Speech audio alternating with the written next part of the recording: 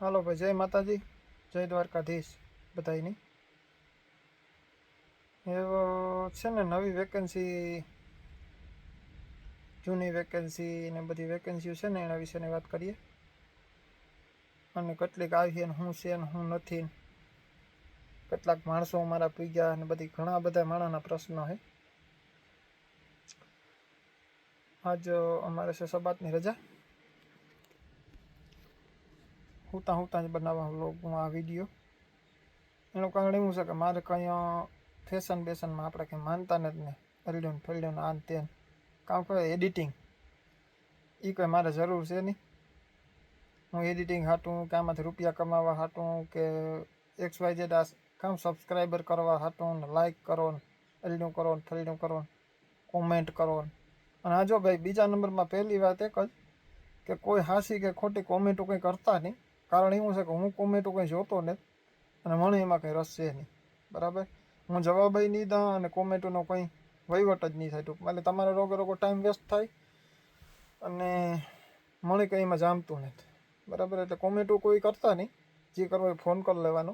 કંઈ પણ કામકાજ હોય તો ઓફિસના નંબર જ હોય. આમાં આગળના વિડીયોમાં પોસ્ટરો મોકલશે, પોસ્ટરમાંથી ઓફિસના નંબરમાં ફોન કરી લેવાનો.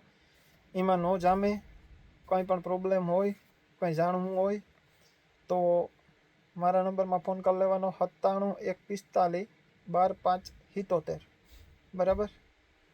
અને હું દેશી માણસ છે, હાવ પ્યોર એટલે પ્યોર દેશી. આપણે જરાય એક દાગઈ ટૂંકમાં હું VIP ને. જીવન આપણું સાદું છે, વિચાર એક જ VIP છે, બરાબર. અને એમાં મને મજા છે, આનંદ છે, લહેર છે, ફૂલ લહેર છે. કોઈ પણ પ્રકારનો ટૂંકમાં મને હું મારી રીતના 100% કમ્પ્લીટ જ છે. અને એ વાત કરીએ વેકેન્સીની, તો વેકેન્સી ભાઈ જો એ છે ને અવળી બધી વેકેન્સીઓ છે અટાણે હાજરમાં, અને અવળી બધી આવી કે કોઈ અહીં મગજ છે ને હેંગ થઈ જાય માણસને. એટલે હાજર માણસનું કામ કરીએ ઇઝરાયલી, બરાબર. બહુ ઝાઝા માણસની જરૂર છે, બહુ ઝાઝી વેકેન્સી આવી છે, ઘણા બધા પ્રકારની આવી છે, અલગ અલગ. પછી બહેનોની આવી છે અને ભાઈઓની આવી છે. બહેનોની આવી છે જ, એવું કંઈ નથી કે નહીં આવે, પણ અટાણે ભાઈઓ માથે વધારે થોડુંક ઓલું છે. અને બહેનોમાં છે ને ભાઈ પ્રશ્ન છે ઘણા બધા, વેકેન્સી હોય જ, મરજી પડે એવી દેવી ભાઈ છે ને લેતો ને. કારણ કે દીકરીઓ બીનો દીકરીઓ ત્યાંથી આવતી હોય તો વધારે આપણા વિસ્તારમાંથી જ આવે. અને એનું કારણ એવું છે કે આપણી જ બીની દીકરી હોય, પછી આ રહેવાની સુવિધા સરખી ન હોય, કે કંપનીમાં કામની સરખી ન હોય, કે ત્યાં જોવે પહેલાં બધું, પછી એને જામે નહીં એટલે ના પાડી દે કે ભાઈ ના નથી કરવું. એ કહે કે ભાઈ નેત મારે પાસે અહીં કહી દઈએ, બરાબર. એનું કારણ એવું છે કે આ આવીને દીકરીઓને તકલીફ થાય ને તો બહુ વહેમું લાગે. અને આપણી જ બીની દીકરીઓ આવી છે ત્યાંથી, એટલે એવું ને તમે મરજી પડે એવી વેકેન્સીને હા નથી પાડી દેતો દેવી કે હાલો ભાઈ જેવો આવ્યો માલ તક નાખો વખારીમાં. કીધો નથી કે હાલો ભાઈ હબકાવ્યા નથી સીધે સીધા, હાલો ભાઈ હા છે અમારા પાસે, ન્યા કરી દેવાની જાહેરાત. એવા રૂપિયા કમાવાને અને એવા રૂપિયાની ભૂખ ને તેણે રૂપિયા કમાવવા, પણ મરજી પડે એ નથી કમાવાય. અને એ પહેલાં મેં ઘણા બધા વિડીયોમાં કીધેલ છે કે અમારે એક બે દી પૂરતું કંઈ નથી કરવાનું. ચાલો ભાઈ આપણે એક ફરે આવે ગયા એટલે કામ પૂરું, કે એરપોર્ટથી તમે હમણાં પૈસા આપી દીધા ને તમે એરપોર્ટમાં ત્યાં ઉતરે ગયા તમે છૂટા નમી છૂટા, એ પ્રકારનો ધંધો અમારે નથી કરવો. દેહીભાઈ કહે ના જ પડે કે ના ભાઈ એવા પૈસા મારે નથી કમાવવા, બરાબર. પણ એ થોડા કમાવાય પણ કાયદેસર કમાવવા, લીગલી. પછી છે ને તકલીફ થાય વાહે ટૂંકમાં, ઘણી બધી તકલીફો થાય, બધાને ખબર જ છે. એટલે એવી કમાણી નથી જોતી, લીગલી જોઈએ જે જોઈએ નહીં, અનલીગલી કંઈ નથી કમાવવું, બરાબર. અને બીની દીકરીઓમાં ઘણી બધી તકલીફ થાય. સારું હોય તો જ હા પાડે ને તો જ જાહેરાત કરે ત્યાં કે ભાઈ એટલી કેટલી છોકરીની રિક્વાયરમેન્ટ છે, એટલી દીકરીઓ જોઈએ, એટલી બીનો જોઈએ, અને કામ છે. કામ પહેલાં જોવે પછી એનું બધું આખે આખું બધું જોવે અને પછી કરે. સીધો હું ને તો કહી દેતો હાલો ભાઈ હા.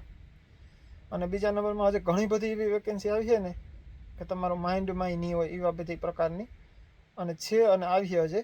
પણ મેન મુદ્દો એક જ છે કે જેની ફાઇલ પડી ને ભાઈ, જો આમાં વેઇટિંગ કર્યું વરહદી થયું, કોઈને 2 વર્ષ થયા, કોઈ કહે કે ભાઈ મારા વરહદી થયા, કોઈ કે 6 મહિના થયા. પણ મારો બાપુ જેણે આવવાની મરજી હોય ને, મૂડ હોય ને, મૂડ કે ભાઈ આપણે એક ફેર ઇઝરાયલ જવું હોય તો એના માટે ઇંગ્લિશ શીખવું જરૂરી છે. અંગ્રેજી વિનાનું એવું નહીં ભેગું થાય, એ પહેલાં જે થેગું એ થેગું અને થાય ને તો એ ધીંગ દડાવીને એનો થાય, બરાબર. નો એમાં પગારું હરખા હોય કે નો કાંઈ એને થાય તો થાય એવું હોય, અને લાંબી પ્રોસેસ બહુ હોય.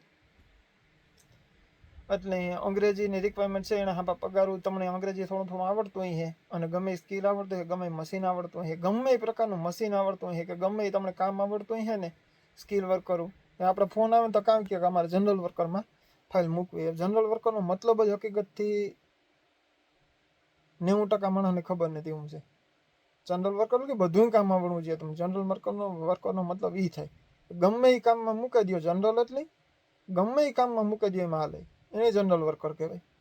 જનરલ વર્કર એવું નહીં. ઘણા ભાઈઓ એ કહે કે ભાઈ અમારે હેલ્પરમાં આવવું. હેલ્પરનું ભાઈ હું 3 લાખ રૂપિયા પગાર દે ને હેલ્પર ન લઈએ. થોડોક હાવી લેવાનો સમય ઉતો પૂરો થયો, એ વિવાની જરૂર નથી.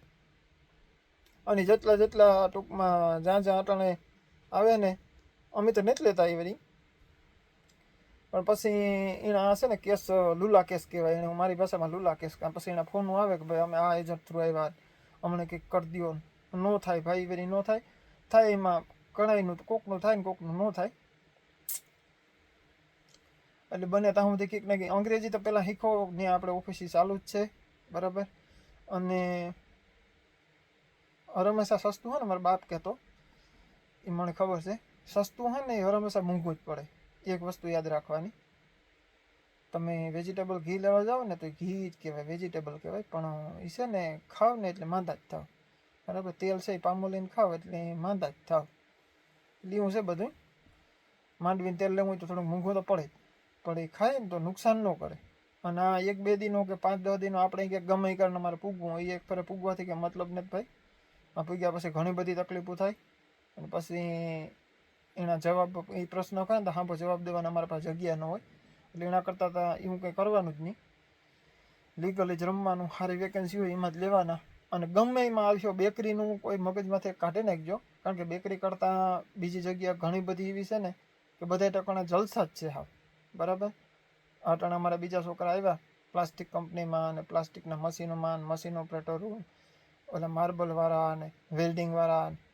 તો એ 3-4 લાખ રૂપિયા, 3.5 લાખ રૂપિયા એનો પગાર છે, બરાબર. અને એના પગારવાળાના નંબર જોતા હોય ને, કોઈને હવામાં બહાર ને કોઈને નંબર જોતા હોય ને તો એ મને કીધો નંબરે આપી. વેલ્ડિંગવાળાને આપી, માર્બલવાળાને આપી, અને આ ઓસમવાળા જે અટાણે પ્લાસ્ટિક દાણામાં છે. પછી એમાં એક તો બધા જે ઓફિસ છે એ બધા ઓળખીતા જે એને એક જણાને તો ઓળખ્યા, એના પાસે બધા લગભગ નંબર છે કુલદીપના. કુલદીપને ફોન કરી લેજો અને લાઈવ એનું જોવે લેવાનું, ખાલી ફોન નહીં કરવાનો, બરાબર. બધા છોકરા છે ટૂંકમાં એમાં, બધાનું એટલે બધાનું ગમે એને ફોન કરી લેવાનું છૂટ. હું એ નથી કહેતો કે મને જ ફોન કરો. આ તો કોઈ પાસે નંબર ન હોય ને જોતા હોય નંબર, તો નંબર એ હું દે કે ભાઈ અમારા છોકરા છે અને આને પૂછી લ્યો તમે કામ કરો એ. અને કાયમ 4-5 જણા આવે. ક્યારેક 8-10 જણા આવે, ક્યારેક 2 જણા આવે, ક્યારેક 1 જણો આવે. અને એવી જાહેરાતોનું ના પાડે દેવીભાઈ કે જાહેરાતો નથી કરવી આવે એની, બરાબર. કંઈ જરૂર નથી કે. અને ખોટી જાહેરાતો કંઈ કરવાથી ફાયદો થતો નથી. એટલે આવે ને કંઈ જાહેરાતો આપણે કંઈ કરવાની જરૂર નથી. એટલે આવી છે ને એને જાહેરાતો કરવામાં નહીં આવે. મેન મુદ્દો એવો છે કે ભાઈ આ જેટલા જણા પૂગ્યા ને, આ જેટલા જણા પૂગ્યા ને, આ જેટલા જણા પૂગ્યા. નકર હું તો ઘણે હાવ કાળજાઈ રહ્યો કે મૂક્યા જ રાખા. એટલા ઘણા વાર અહીં કહે કે ઇન્ડો ગ્લોબલમાંથી કાં તમારે એનું વરે કાં હાલે. ભાઈ હાલતું ન હોય તો કાં પબ્લિક ગાંડી કે છે એ ત્યાં આવે ઓફિસે? હમાતા નથી માણસ. એટલો સ્ટાફ છે તો ઓછો પડે. એટલે XYZ જે જैसी जिसकी सोच એવા વિચાર કરતા હોય. એટલે એમાં કંઈ બહુ ઊંડું ઉતરવાની જરૂર નથી. અને બધાય આવો. પગાર મિનિમમ 1,70,000 રૂપિયાથી ચાલુ થાય. ગમે એમાં આવ્યો અમારે XYZ, ગમે એમાં આવ્યો. અને અમારી એક પણ એવી બેકાર વેકેન્સી નહીં હોય કે તમે એમાં આવે અને દુઃખી થાય હોય, બરાબર. કે તમને પરહેવો વરે એવું કામ કરવું પડે, કે તમે પરહેવે રેપજેપ થઈ હો એવું કામ કરવું પડે. એવી એક પણ વેકેન્સી અમે લેતા જ નથી. પહેલી વાત એ છે, બરાબર. એટલે જેમાં આવ્યું એમાં જલસા જ છે. અને એવું એક મગજમાંથી ઠૂં કાઢી નાખવાનું. કાલે બેકરીમાં હતા, બેકરીવાળા જલસા. બેકરીવાળા તો પહેલાં આવ્યા હતા એટલે બધા બેકરીમાં સળેગા. બેકરીમાં અમારે આવવું, બરાબર. ગમે એ જગ્યાએ આવો, અમારા થ્રુ ગમે ત્યાં આવ્યો ને ત્યાં દુઃખી નહીં થાવ, એની ગેરંટી. દુઃખી થાવ, ગમે ત્યાં તકલીફ કંઈ પણ થાય XYZ, તો અમે 24 કલાક સેવા માટે હાજર જ છે. અમે તત્પર જ છે, તમને કંઈ પણ પ્રશ્ન થાય તો અમે એનો સોલ્યુશન ગાયો ઘા કરી દઉં ઓન ધ સ્પોટ, બરાબર. એટલે જેણે પણ આવવું એ મારા બાપ ઓફિસે જાઓ, ઓફિસે જઈ અને અંગ્રેજી શીખો. ઇંગ્લિશ ફરજિયાત છે. ઇંગ્લિશ નહીં આવડતું હોય તો ભેગું નહીં થાય કોઈનું પણ, બરાબર. એટલે ઇંગ્લિશ શીખો અને કોઈ પણ જાતનો કંઈ પણ સ્કિલ શીખો. એ ત્યાં જાવ એટલે ખબર પડે જાય ભાઈ કીમાં કામ છે અને કામ શીખવું જોઈએ, શીખે જાવ એટલે હાલે.